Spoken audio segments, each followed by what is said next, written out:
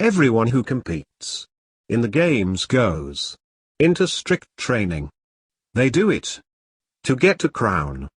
That will not last. But we do it to get a crown that will last forever. 1 Corinthians 9:25.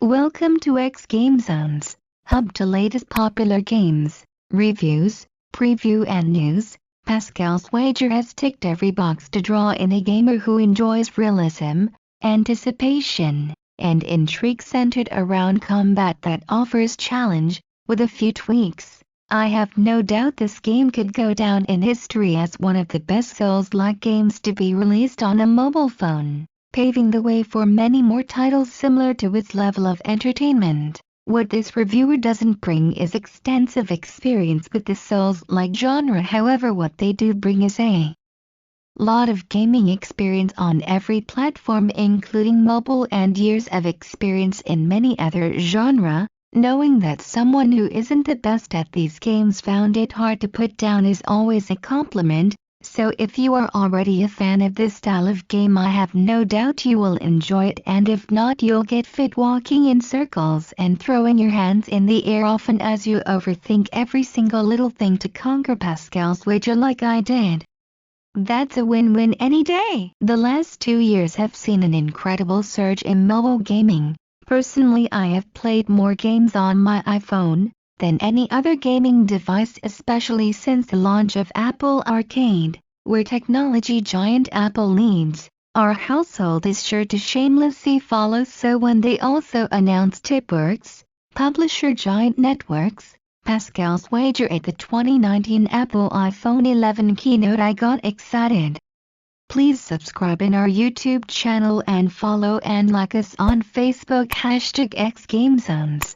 Visit our site at www.xgamezones.com for more gaming review.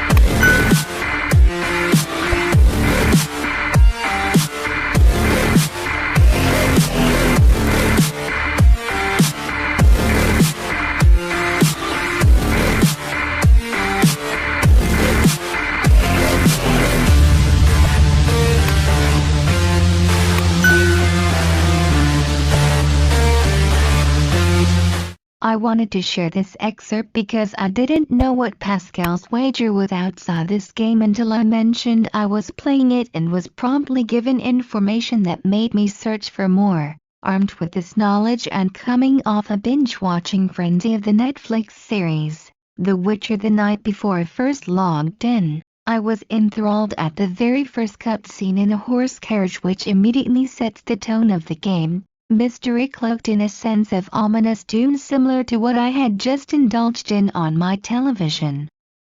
Getting in my head, looking for the reason why this game was named after 17th century philosophy, I was looking for blatant references. As you progress through, you cannot help but realize after a time that the choices you make feel like a flip of a coin, because you already know you're going to die, but you are going to go anyway and keep going until you conquer. You are wagering on your ability to win the first time, every time, and if not, come out the victor regardless.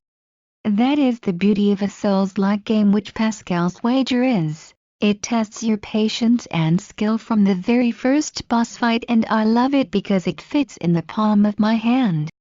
Now I can get frustrated, elated, walk it all off, then get straight back to it no matter where I am, which is just insane if you really think about it. What also stood out is I am obsessive about customization in games, and this isn't what Pascal's wager is about. It made me chuckle, also referring to The Witcher earlier, as I started as Terence, who reminded me of Geralt from the Witcher game series. What came as a pleasant surprise though was you get to choose other lead characters as the story progresses, which includes Viola, Norwood, and Benita. To be completely honest, I didn't really think about customization for a few days. That's how immersive you get in Pascal's wager, which is nothing short of a miracle. The plot, which I won't spoil, isn't new, and the voice acting didn't always flow smoothly, breaking my immersion momentarily, but frankly, all I wanted to do was conquer. So let's get to the gameplay in this title as a mobile game.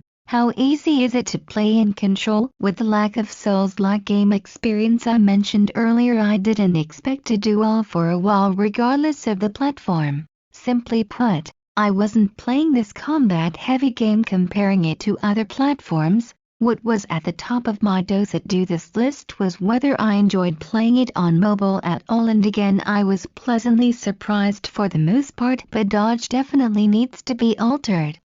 That being said, without dodge I may as well just stand still and tap dance while enemy mobs use me as a dance floor, but I kept going and adapted over time, especially since I died and would respawn as another character, which came in handy. I learned the hard way also that if I used all the characters I had to respawn, I would lose finger bones, which is this game's version of Souls currency you can purchase items from the vendor with.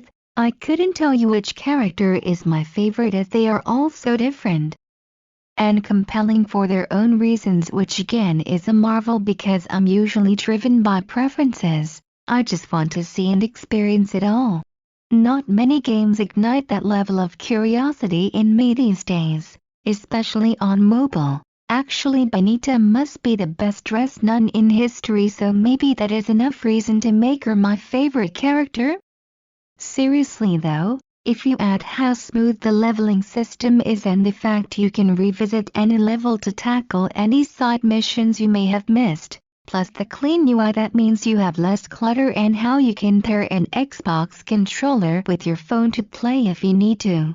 All these quality of life details make any concerns minic, making Pascal's wager a strong contender to being one of the most enjoyable combat-heavy mobile gaming experiences ever. If you have any comments or suggestion, feel free to comment below. Thank you for watching. Please subscribe in our YouTube channel and follow and like us on Facebook #xGameZones. For more gaming review, visit our site at www.xgamezones.com. Don't forget to click the notification bell.